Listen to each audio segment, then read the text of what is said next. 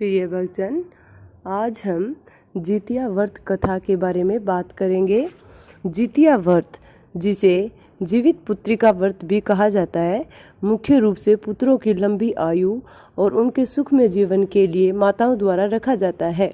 यह व्रत आश्विन मास के कृष्ण पक्ष की सप्तमी, अष्टमी और नवमी तिथि को मनाया जाता है। इस व्रत की कथा इस प्रकार है। जितिया व्रत कथा प्राचीन समय की बात है।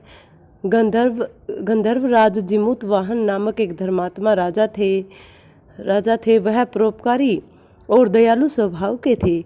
एक समय जब उन्होंने राज्य त्याग कर वन में तपस्या करने का निर्णय किया, तब उन्हें नागवंश के संकट की जानकारी मिली। गरुड़ प्रतिदिन नागों को भोजन के रूप में खाता था, जिससे नागों का वंश समाप्त हो रहा था। जिमुतवाहन को नागों की यह व्यथा सुनकर बड़ा दुख हुआ और उन्होंने नागों की रक्षा का प्रण लिया।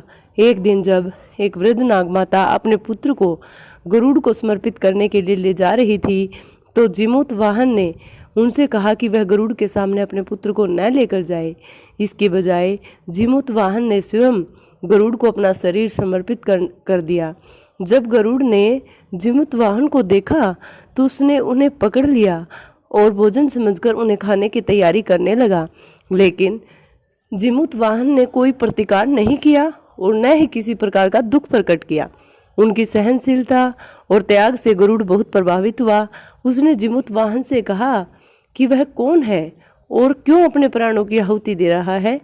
जिमुतवाहन ने गरुड़ को सारी स्थिति बताई और कहा कि वह नागों की रक्षा के लिए अपने प्राणों की बलि दे रहे हैं।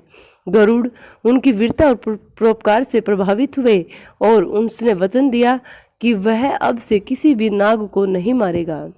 इस प्रकार जिमुतवाहन ने नागवंश की रक्षा और गरुड़ को नागों को न खाने का संकल्प दिलवाया। उनकी इस महान तपस्या और त्याग के कारण जितिया व्रत का प्रचलन शुरू हुआ, जिसमें माताएं अपने पुत्रों की लंबी आयु, समृद्धि और कल्याण के लिए व्रत रखती हैं।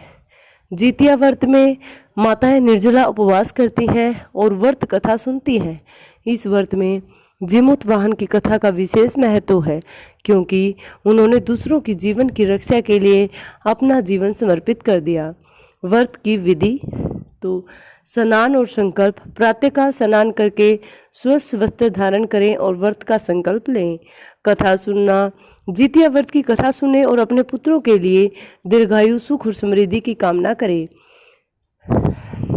उपवास। महिलाएं इस दिन बिना अन्न और जल ग्रहण किए व्रत करती हैं। पूजन। माता जिमुतवाहन और भगवान जिमुतवाहन की पूजा करें। व्रत पारण। अगले दिन व्रत का पारण किया जाता है, जिसमें व्रती फलाहार व अन्न ग्रहण करती हैं। जितिया व्रत माताओं के लिए बहुत महत्वपूर्ण और पवित्र माना जाता है। यह व्रत न केवल उनके पुत्रों की दीर्घायु के लिए, बल्कि उनके सुख और समृद्धि की कामना का भी प्रतीक है। जय हो